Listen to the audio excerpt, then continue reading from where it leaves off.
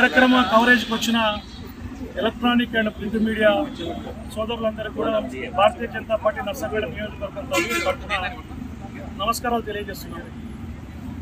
ఈనాడు 10 సంవత్సరాల బీఆర్ఎస్ పాలన తర్వాత ప్రజాపాలన అని చెప్పి కాంగ్రెస్ ప్రభుత్వం అమలుగానే హామీలు ఇచ్చి మరి వచ్చిన తర్వాత మేము అభివృద్ధి చేస్తామని చెప్పి మాయమాటలు చెప్పి అధికారంలోకి రావడం జరిగింది.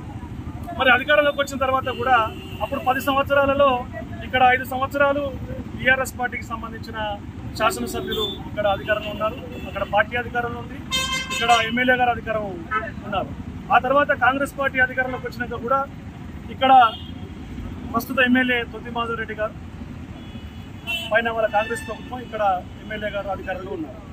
మరి ఏదైతే నర్సంపేట పట్టణం నియోజకవర్గానికి గుండెకాయ ఏదైతే ఉందో నర్సంపేట పట్టణంలో మరి గత 12 సంవత్సరాలుగా ఏదైతే అభివృద్ధి అని చెప్పి ప్రతి ప్రెస్ మీట్లో కూడా మాజీ శాసనసభ్యులు కావచ్చు, ఇప్పుడు ప్రస్తుత శాసనసభ్యులు కావచ్చు, వాళ్ళ అభివృద్ధి మేం చేస్తాను అని మాట్లాడాలి తప్పితే ఈనాడు నర్సంపేట పట్టణంలో ఏమాత్రం అభివృద్ధి చెందింది, ఎన్ని కాలనీలు అభివృద్ధి చెందినాయి, ఏ ఏరియా అభివృద్ధి చెందిందో మీరు చర్చకు సిద్ధమా? ఎందుకనంటే వెనుకబడి ఉన్న ఏరియాలు ఒక 10 ఏరియాలు ఉన్నాయి నర్సంపేట పట్టణంలో. ఆ ఏరియాలలో కూడా అభివృద్ధి చేయలేదు ఏమాత్రం కూడా. మరి విలీన గ్రామాలను ఇది చాలదన్నట్టు ఇక్కడ ఉన్న వార్డులు సరిపోవన్నట్టు ఇంకొక 6 వార్డులను పెంచి నర్సంపేట పట్టణాన్ని మనం విస్తృతం చేయాలి, ఔటర్ రింగ్ రోడ్ తీసుకురావాలి, ఇవన్నీ చేయాలని చెప్పి మాట్లాడి ఇప్పుడు 30 వార్డులుగా దాన్ని మొన్న ఇచ్చిన నోటిఫికేషన్ ద్వారా విడుదల చేసింది. మరి విలీన గ్రామాలని చెప్పి ఈనాడు ఇక్కడ మనం ప్రస్తుతం ఇక్కడ భారతీయ జనతా పార్టీ నర్సంపేట పట్టణ కమిటీ ఆధ్వర్యంలో ఏదైతే ధర్నా కార్యక్రమం నిర్వహించడం జరుగుతుందో ఇది ఎందుకనంటే ముఖ్యంగా ఇక్కడి నుంచి కొండేలపల్లె నల్లబెల్లి చౌరస్తా వరకు ఒక 10 గ్రామాలు, ఒక 8 తండాలు, ఒక 18 గ్రామాలకు ఇది ముఖ్యమైన రహదారి. మరి మనం అభివృద్ధి అంటాను, మరి కొద్దిసేపు ఇక్కడి నుంచి ఆ ముందుకు నడుచుకుంటూ పోతే ఫీటున్నర గుంతలు. ఏ ఒక్క వాహనదారుడు కూడా మరి ఇక్కడ లోకల్లో ఉన్న శాసనసభ్యులు గౌరవనీయులు తొత్తి మాధవ్ రెడ్డి గారికి నేను ఈ పత్రికా విలేకరుల సమావేశం ద్వారా నేను తెలియజేసేది ఏంటంటే మీరు వెంటనే మున్సిపాలిటీ అంటేనో నర్సంపేట మున్సిపాలిటీ ఈ ఎన్నికలు డిలే అయిపోయి నర్సంపేట మున్సిపాలిటీని పట్టించుకున్నో లేడు, మున్సిపాలిటీ మీటింగులు లేవు, మీరు వచ్చి మున్సిపాలిటీల సమావేశం ఏర్పరిచి మరి ఏ రకంగా పట్టణ అభివృద్ధి ఉన్నది, ఏ రకంగా పట్టణ పరిశుభ్రత ఉన్నదని చెప్పి మీరు కూడా పట్టించుకుంటలేరు. మరి ఏమనంటే కాంట్రాక్టులు వర్కులు నడుస్తున్నాయని చెప్పి చెప్తాను తప్పితే ఏ ఒక్కటి కూడా ముందుకు కూడా జరుగుతలేదు. దానికి నిదర్శనమే అభివృద్ధి అనేది జరగట్లేదు నర్సంపేట నియోజకవర్గంలో అనేదానికి ఓన్లీ మచ్చుతునక నిదర్శనమే ఈ మాదన్నపేట రోడ్డు ఏదైతే ఉందో.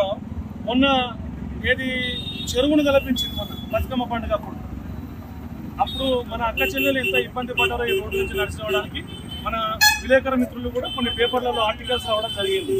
మరి మేము కూడా చూసినాం.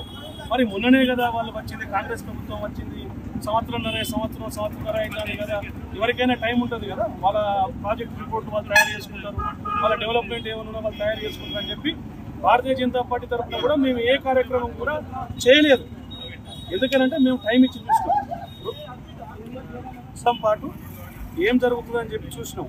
2 సంవత్సరాల కాలం వాళ్ళ పీరియడ్ అయిపోయింది ఇప్పుడు. ఎందుకంటే వాళ్ళు విజయోత్సవ ర్యాలీలు, వాళ్ళ సంబరాలు మరి 2 సంవత్సరాలు చేసుకున్నట్టున్నారు. మరి పని అయితే చేయలేదు.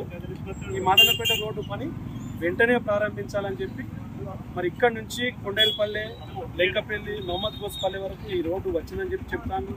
ఆడ 2 బ్రిడ్జులు, అండర్ బ్రిడ్జులు, ఏదైనా గట్టిగా వర్షం పడితే మాదన్నపేట నుంచి అవతలున్న గ్రామాలు, నాగుర్లపల్లి కాచి అవతలున్న గ్రామాలు ఏ గ్రామ పౌరుడు కూడా ఇట్లా రావడానికి వీల్లేదు. ఆయన అట్లా పోయి కొండేలపల్లి మించిపోయి నల్లబెల్లి మించిపోయి ఆ జాతీయ రహదారి నుంచి రావాలి, లేకపోతే ఇంకో దారి తీసుకుని ఇట్లా వరంగల్ నుంచి ఇట్లా రావాలి. మరి ఒక అండర్ బ్రిడ్జ్ అభివృద్ధి ఎడిపోయింది. మాదన్నపేట చెరువు నిండితే కథమేనా? మాదన్నపేట నర్సంపేటకు రావద్దు, నర్సంపేట మాదన్నపేటకు పోవద్దు. ఎడిపోయాయి మరి 12 సంవత్సరాల అభివృద్ధి. ఒక్క అండర్ బ్రిడ్జ్, ఒక చిన్న బ్రిడ్జ్ ఆడ వేస్తే ఒక బ్రిడ్జ్ లేదే, మాదన్నపేట చెరువు నిండితే కథమేనా? జర్నీ లేదా ఏం లేదా. మరి ఈ రకంగా ఉన్న నియోజకవర్గాన్ని ఏ ప్రెస్ మీట్ చూడు, ఏ పేపర్ చూడు, అభివృద్ధి అభివృద్ధి అభివృద్ధి. మరి నర్సంపేట ప్రజానీకం కూడా ఒకసారి ఆలోచన చేయాలి. రానున్న ఏది మన గ్రామ పంచాయతీ ఎలక్షన్స్ ఉన్నాయి, మున్సిపాలిటీ ఎలక్షన్స్ ఉన్నాయి, వీటన్నింటిలో కూడా మరి మీరు కూడా క్వశ్చన్ చేయాలా. మీ తరఫున ఇవ్వాలా, పట్టణ పౌరుల తరఫున. మరి ఇక్కడ నుంచి మాదనపేట, నాగుర్లపల్లి, వాంజిపేట, భోజనాయక్తండ, నర్సనాయక్తండ, దాసరిపల్లి, కమ్మపల్లి, రాజేశ్వరపల్లి, రామ్నగర్, కొండేలపల్లి, ఈ అన్ని గ్రామాల ప్రజల కోసం ఈనాడు ఇక్కడ భారతీయ జనతా పార్టీ ధర్నా చేసి ఇక్కడ ప్రశ్నిస్తుంటే పోలీసులు కూడా కాంగ్రెస్ ప్రభుత్వానికి కొంత పాడతారు. ఎందుకనంటే ఏదైనా ప్రజా సమస్య మీద ఏదైనా పార్టీ కానీ, భారతీయ జనతా పార్టీ కానీ, ఏ పార్టీ కానీ ప్రజా సమస్య మీద రోడ్డు మీద కూర్చున్నప్పుడు వాళ్ళు కాంగ్రెస్ పార్టీకి, అధికార పార్టీకి వంత పాడుతున్నారు. ఆ రకంగా చేయడం కూడా పోలీస్ డిపార్ట్మెంట్ వారు కూడా ఒకసారి ఆలోచన చేసుకోవాలి. ఇదే ఏరియా కాకుండా మళ్ళీ నర్సంపేట నియోజకవర్గ ప్రజలందరూ కూడా తెలియజేస్తాను. ఇవాళ ఇది ఇక్కడి నుంచి కొండేలపల్లి, నల్లపల్లి వరకు ఉండే ప్రజల కోసం, వాళ్ళ ముఖ్య రహదారి కాబట్టి వాళ్ళ కోసం ఈ ధర్నా చేస్తున్నాం. మరి తర్వాత కూడా ఇంకా ఏ ఏరియాలైనా సరే మీకు ఇబ్బందులు ఉంటే ప్రజలకు చెప్పండి. భారతీయ జనతా పార్టీ ఆయా మండల శాఖల ద్వారా, నియోజకవర్గ శాఖ ద్వారా వచ్చి మీకున్న బాధలను తీరుస్తాము, అధికార పార్టీని ప్రశ్నిస్తామని చెప్పి ఈ సమావేశం ద్వారా తెలియజేస్తున్నాం.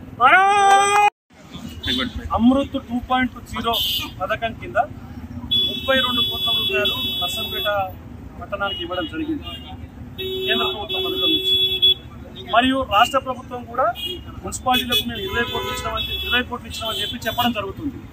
ఏదైతే ఈ అమృత్ 2.0 కింద ఉన్న 32 కోట్లు, మరి రాష్ట్ర ప్రభుత్వం మున్సిపాలిటీలకు మేము 20 కోట్లు ఇచ్చినామంటే మొత్తం 52 కోట్ల రూపాయలు. 52 కోట్ల రూపాయల పనులు ఎక్కడ స్టార్ట్ అయినాయి, ఏం స్టార్ట్ అయినాయి? ఈ రోడ్ల పనులు, ఈ గుంతల పనులు ఇవన్నీ వదిలేసి ఈ ఏదైతే కమిషన్ ద్వారా వస్తాయో, కమిషన్లు ఎక్కువ వస్తాయో ఆ పనులు చేసుకుంటాను. మరి బతుకమ్మ పండుగకు సెలబ్రేషన్స్ ఏం చేసిందో తెలుసు నర్సంపేట పట్టణంలో. మరి చెట్లు పెడతాను, ఇప్పుడు చెట్లు పెట్టండి, మంచిదే, చెట్లు పెట్టాలి, పట్టణాభివృద్ధి కోసం చెట్లు పెడతాను. మరి ఈ రోడ్ల పరిస్థితి ముఖ్యంగా చూసుకోవాలి. ఈ అమృత్ 2.0 పథకం నుంచి వచ్చిన 32 కోట్లు, మరి రాష్ట్ర ప్రభుత్వం నుంచి వచ్చినాయని చెప్పుకుంటున్న 20 కోట్లు, 52 కోట్ల రూపాయలు ఏమైనాయి? మరి మాకైతే ఏడ కనబడతాయి. మరి నర్సంపేట ప్రజానీకానికి ఎక్కడైనా కనబడ్డాయి 52 కోట్ల రూపాయలు అని చెప్పి అడగాలి.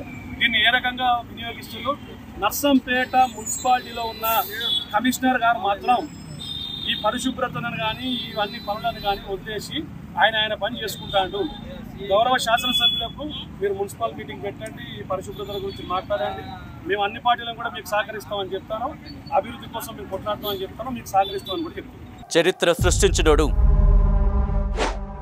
ఇప్పుడు ఆ చరిత్రని తిరగరాయబోతున్నాడు.